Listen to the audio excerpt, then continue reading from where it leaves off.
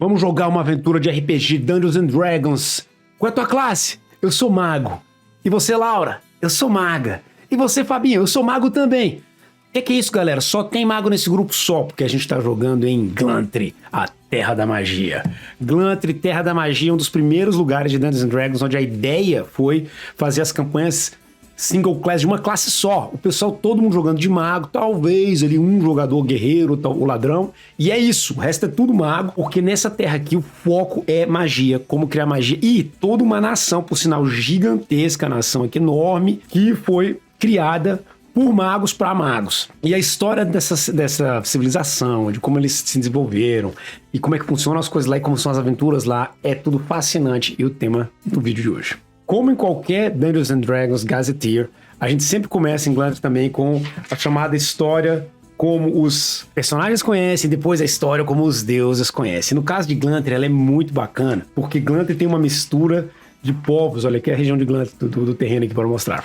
Esse aqui é o mapa pequenininho. Glantry é gigantesco, vai tudo isso aqui, ainda vai por aqui assim ainda. Só que habitável é só esse pedaço aqui assim.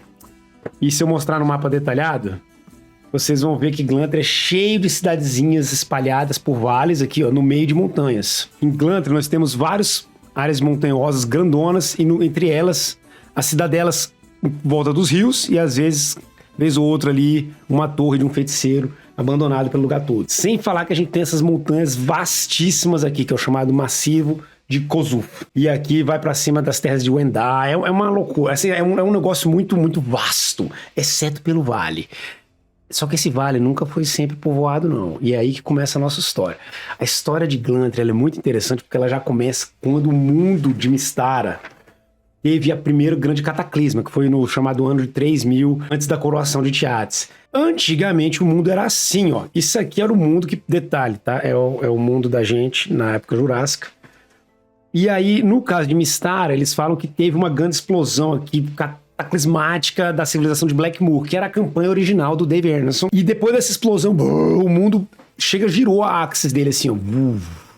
E ficou desse jeito aqui. E no que aconteceu isso, regiões que antes eram frias aqui, umas aqueceram, como essas aqui, que ficaram mais, que seria o Equador agora, e outras aqui em cima ficaram geladíssimas. E teve também as mudanças climáticas que foram ocorrendo temporariamente, enquanto toda essa massa de ar e vento, não sei o que, estava se modificando. E exatamente nesse período, o Glantry teve uma mini idade do gelo, uma era do gelo. E durante esse período, toda essa região aqui, todos esses povos aqui, era vazio. Não morava ninguém aqui. Tinha talvez alguns monstros, animais, mas não tinha nenhuma civilização das raças inteligentes. Tipo humano, orc, tudo. Não tinha nada disso. E é aqui que começa a história de Glantry, porque a galera que curte Mystara sabe que os elfos de Mystara, eles começaram as grandes aventuras deles aqui embaixo, quando as primeiras grandes árvores originais do mundo criaram tipo vida e saíram colonizando. Então um grupo desses elfos primordiais chegou aqui, depois de atravessar a chamada Ponte do Arco-Íris. E eles tentaram habitar esse lugar. Esses eram uns elfos meio ferais, assim, uns elfos iniciais. E eles ficaram muitas décadas aqui felizes e satisfeitos. Até que o lugar começou a ficar um pouco mais quentinho, mais tranquilo. E, como se não bastasse, abriu um portal. E desse portal chegou um povo completamente novo, vindo de outra dimensão. Um povo que vai nos dar muita história pro futuro de Mystara também. Que eram os Flam. Os Flam, que é uma brincadeira com a ideia de flame, né, de chama. Era um povo escurão, assim, um escuro vermelhado, com cabelo também vermelho. E carregava a chama dentro deles. E eles representavam um povo que aprendeu a magia elemental do fogo ao nível mais absurdo possível. Quando a gente for aprendendo mais sobre Mystara, a gente vai ver que eles têm a origem deles lá no passado distante, como meio que irmãos dos Alfatianos em outras dimensões ainda. Mas esses Flams que foram parar aqui, eles nem sabem disso mais, eles nem lembram disso, eles só sabiam que eles estavam procurando um mundo para habitar e acharam subitamente uma região onde o calor deles trazia exatamente o que a região precisava para sobreviver. E começaram a povoar aqui com a magia deles. E no que eles começaram a povoar, eles foram fazendo os primeiros vales, treinando o pessoal em magia e usando a poderosa mágica deles para criar formas de habitar nos vales. Uma coisa que a galera de Flam, quando chegou aqui, não sabia, é que muito tempo antes ainda, enquanto ainda tava até os elfos não sabiam desse lugar direito, tinha caído aqui uma nave espacial, galera, carregando um reator nuclear. E esse reator nuclear explodiu ali Chernobyl style e fez aqui toda uma confusão aqui radioativa. A coisa morreu planta, morreu os poucos animais que tinha, tudo aqui ficou meio que um mó tempão inabitável. Depois de um tempo essa radiação foi sumindo, e foi mais ou menos nessa época que os elfos começaram a povoar o resto da região onde eles sabiam que dava pra habitar, e não que era todo mundo morria por causa dessa radiação. E os Flans, que chegaram depois, como eu comentei agora, eles descobriram meio que a fonte desse poder. O pedaço ainda tinha essa radioatividade ali forte, que eles chamavam de radiância, que era justamente aqui onde se encontram os rios, os grandes rios aqui. Detalhe que esses rios de Glantr são muito especiais, já vou entrar nesse detalhe aqui. Eles começaram a estudar isso para fazer magia ainda mais forte, e uma magia bem especial. Agora teve outra coisa também, o pessoal dos Flan e dessas radiâncias, eles acreditavam que todas essas desgraças que aconteceram com eles foi culpa desses imortais, desses seres poderosíssimos que cuidavam, que teoricamente ajudavam um pouco aqui. Então os Glantrianos não queriam saber de nada com os imortais, eles expulsaram todos, é o único imortal que existe pra eles, e a radiância acabou. Então eles não quiseram saber, aqui em Glantr é proibido o clérigo, não pode ter gente usando magia clerical, pedindo ajuda pros imortais, porque os Glantrianos não querem que os imortais se metam na vida deles. Na cabeça deles, os imortais nada mais são do que feiticeiros ainda mais poderosos que eles, por enquanto, que querem encher o saco. Então não pode ter. Eles começaram a estudar essa radiância e começaram a se espalhar. No que esse poder mágico da radiância começou a ficar conhecido por Mystara, alguns colonizadores lá de Carameicos, que a gente viu no primeiro vídeo, alguns de Larue, Degar, vieram pra cá. E no começo eles chegaram ali e não teve uma confusão muito grande, mas rapidinho os Flan olharam pra eles e perceberam, esse pessoal não usa magia, esses branquelos aí, Não, esse pessoal... Então, a galera que era... Os Flan, eles eram muito racistas nesse sentido da pele, porque pra eles a escuro... Quanto mais escuro você era, mais você tinha o fogo dentro de si. Então, se chegava uma galera Tanagoro lá, aí beleza, então esses pessoal aí deve ter o fogo neles, talvez não tenha controlado ainda, né, pra ficar vermelhinho, mas tá massa, eles têm bastante fogo. Agora, os branquelos, tipo os elfos e os Tiatianos, que eram como os latinos, assim, ainda não eram... Pra eles era tudo, esse povo tem magia fraca, ou tem que desenvolver essa magia, ou é melhor tirar eles daqui pra eles não enfraquecerem a nossa magia. Eles tinham esse racismo aí. E isso é muito interessante quando a gente compara ele com os alfatianos, que são seus, lá no passado distante, irmãos e irmãs, porque os alfatianos, eles misturam com todo mundo, né? Pra eles querem mais que a magia suja a partir da mistura. E isso gerou o primeiro dos grandes conflitos em Glantr, porque o pessoal de Flan tava pensando, sabe do que mais? Vamos expulsar esses elfos daqui, expulsar esses Tiatianos, Carameicano, eles estão só achando isso no nosso saco. E rolaram grandes guerras aqui entre os feiticeiros e eles, para expulsar essa galera. Só que durante esse período aconteceram duas coisas que atrapalharam a vida dos de Glantr. Um poderosíssimo guerreiro alfatiano, ou seja, um mago, chegou aqui dizendo que ia ajudar as colônias dos Carameicos a se integrar com esses caras aí de Flan. Mas o que ele queria, na verdade, era transformar toda a região num protetorado de Alfatia. E nesse período, obviamente, os Glantrianos Flan, sendo independentes como eles são, acabaram pensando, sabe do que mais? A gente não quer esses alfatianos dominando a gente, vamos expulsar eles daqui. Quando o pessoal de Tiatis, Carameicos e os elfos especialmente falaram, não, a gente também quer ser independente, todo mundo quer ser independente, todos eles se juntaram pra expulsar esse mago, o Housing Toon, o nome dele, o nome de vilão, pra fora daqui. E conseguiram expulsar. E quem expulsou foi um guerreiro feiticeiro, né, que era o grande Alexander Glantr, que virou o grande líder de Glantr depois. E por isso mudou o nome do país até pra Glantr. Antes não chamava Glantr. Aliás, a capital se chamava Braej antes. E no que ele fez isso aqui, ele falou, beleza, vamos nos dividir, tem os principados, cada um dos grandes feiticeiros pode tomar conta da sua região e ninguém mais manda na gente, nós somos praticamente semi-independentes, nós somos os principados juntos. Isso mostra qual é o tie-in, a ligação entre Glantr e o mundo real, porque quase tudo de Mystara tem uma ligação cultural com algum povo. E no caso de Glantr, a mistura deles é da Suíça. Esses vales todos, as montanhas, umas montanhas gigantescas, aqui é tudo uma coisa da ideia da Suíça. A Suíça tem isso na história dela mesmo, de ser um povo, cada região da Suíça, elas se governam praticamente, o governo central tem muito pouco poder ali em cima, e são todo mundo muito independente, etc. E falam línguas diferentes, com acentos diferentes de cidade pra cidade, galera, ok? A Suíça é um exageríssimo, e aqui é assim, tipo, isso é real. E Glantr reflete isso. Você vai de uma cidade para outra, o pessoal tem outro acento, uma forma de falar. E aí, uma outra coisa muito bacana é que os Glantrianos, semelhantes aos suíços, têm esse corpo que se junta para governar. Só que agora vem um ponto, né, místico, Mystara, e eles decidiram que os Flans acabaram ganhando poder e decidiram que, sabe do que mais? A gente não quer guerreiro no comando não, porque magia é o que fez a gente sobreviver até os alfatianos, e a gente não pode ter gente que é incompetente, que não sabe mexer com a maior força do universo, mandando na gente. Então eles tiraram todos os títulos nobres de todo mundo que era não mago, e a galera ficou revoltada, mas foi assim. Interessante é que teve tipo uma votação entre os Glantrianos e o povo votou para botar os magos para serem só os únicos nobres. Olha que loucura. O que reflete muito da Suíça também, que tem essa coisa da democracia direta. Então, Glantr é meio que a Suíça de Mystara. Beleza. E aí, quando rolou isso, os magos viraram a magocracia top, eles começaram a governar tudo e eles de certa maneira, aprenderam o valor que tinha essa mistureba que os olfatianos faziam. Então, os Glantris das últimas gerações, que é quando começa o jogo, eles já não são mais aqueles flan puro, que é tudo escurão. Especialmente nas regiões que não são governadas por príncipes específicos, você vai ter o povo se misturando todo, tendo de outras culturas. Mas os flan ainda são a cultura principal aqui em Glantry. Agora, bora pra como é que é jogar em Glantry. Quando a gente joga em Glantry, como eles mesmos falam, é uma campanha para magos. O ponto principal daqui é a chamada Grande Escola da Magia, que é até uma escolinha simples, assim, onde todo mundo é treinado para magia. Em Glantry tem imposto de renda para qualquer magia que você vai fazer, etc. E quando você joga de mago aqui, não só você vai se diferenciar do ponto de vista das magias que você vai pegar para cada um dos seus feiticeiros, né? O jogador, todo mundo é mago, como você vai escolher qual é a das principais escolas de magia que você vai entrar. Se você vai entrar na escola dos elementalistas, ou na escola dos mestres das ilusões, necromancia, né? Até agora são clássicos, né? Elementalista, necromancia, isso aqui é tudo bem comum.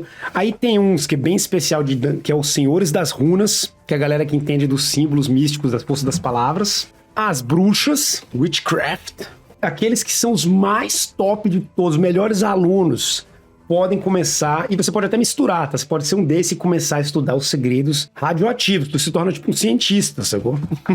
E começa a estudar radiação. Por fim, faltou isso que eu contar, tem ainda os mestres alquimistas e, agora um bem especial, os mestres dragões. E agora uma coisa que é muito louca é o seguinte, semelhante a Dark Sun, galera. Dark Sun. Quem viu meu vídeo sobre classes perdidas de Dungeons & Dragons, a galera de Glantry, eles representam os feiticeiros mais fortes de Dungeons & Dragons, junto com os Olfatianos, que na verdade é o mesmo povo, praticamente, assim, lá na origem. Quando você é um Glantriano da escola elemental, você consegue fazer o mesmo ritual que um clérigo de Atas e se transformar num elemental puro, sacou, poderosíssimo. Ou num dragão. Ou, no caso das bruxas, você consegue encantar a alma pra entrar, alma até de demônio. Assim, eles são muito tora. No caso do necromancer, obviamente, é o clássico virar um leak poderosíssimo, etc. Então, jogar só de mago em Glantry é muito louco, porque todo o grupo sabe que um dia a gente vai ser magos mega tora, se a história for boa, e vamos sair explorando as dimensões e tal, né? Até porque, por exemplo, no caso do elementalista, se você quer se transformar num grande elemental puro, você tem que seguir mais ou menos a mesma busca que o clérigo elemental de Dark Sun. Então você tem que ir lá nas dimensões, conversar com os grandes lords elementais e pedir pra eles pra purificar o seu corpo de todos os outros elementos, sacou? No caso dos caras dragões, é o mesmo esquema que você vai se transformando aos poucos no dragão. O dragão glantriano, ele é uma das exceções em termos de poder, que ele não é tão tora quanto o dragão feiticeiro de Atas. Mas ainda assim é fortíssimo, tá? Não tô dizendo que ele é fraco. Outra coisa que tem muito em Glantry é que eles foram dos livros de Mystara que deram muito detalhe pra ideia de como criar itens mágicos. Então eles têm várias regras pra você, como mestre, criar junto com seus jogadores diferentes tipos de magia e tal. Outra coisa interessante é que essa parte de você melhorar o seu o lado especializado, por exemplo, ser elementalista, dragão, etc. Isso não é dependente do seu level como jogador direto só. Claro que você tem o level de jogador também, mas além disso, você meio que vai subindo de acordo com o seu investimento nas missões que tem a ver com a sua escola que você se escolheu pra ser, né? Dos grandes 7 segredos de Glantry. Até agora eu tô contando a parte fofa de Glantry, né? Ó, os magos são tora, tem muito trabalho pra ladrão. Olha o lado ruim. O lado ruim é que, por exemplo, Glantry é super mega racista em relação a anão, galera. E não é por causa que anão é resistente à magia, não. Não tem nada a ver com isso. É por causa de um grande medo que eles têm. Porque durante o ano 800, mais ou menos, teve uma chamada,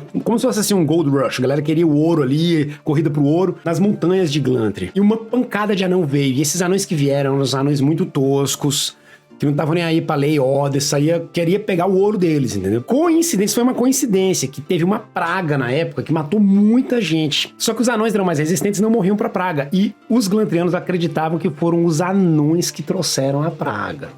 Os anões é que trouxeram a praga, e quando eles matou todo mundo, então criou um ódio de anão muito grande. Tinha até caças a anão, as chamadas caçadas anãs, onde os lords magos iam lá para quebrar os anões. E com isso, os glantrianos receberam assim, um ódio muito grande de todas as nações que são aliadas dos anões pro futuro. Tanto que em Rockholm, a terra, se você é reconhecido como um feiticeiro de Glantry, porque não é muito difícil, porque os glantrianos são tudo tatuadão e tal, galera, vão matar você na lata. Glantriano é odiado fora de Glantry. ok? Porque todo mundo acha que eles são os racistas que matam a galera, mata anão, foi contra o Império, etc. Eles odeiam até elfos, eles só confiam nos elfos deles, que são 2 clãs elfos que depois voltaram quando tava tendo o recomeço pra lutar contra o Alfatiano. Os outros clãs elfos, eles também consideram tipo uns selvagens que moram pro sul daqui de Glantr, é onde são chamadas Terras Quebradiças, que é tipo a área Mad Max de Mystara, que eu vou contar no nosso 10º vídeo, que vai ser sobre essa área das Terras Quebradas aqui, ó, deixa eu mostrar lá pra vocês. Ó, isso aqui é o Mad Max de Atas. Detalhe que esse aqui é um mapa não detalhado, tá? No livro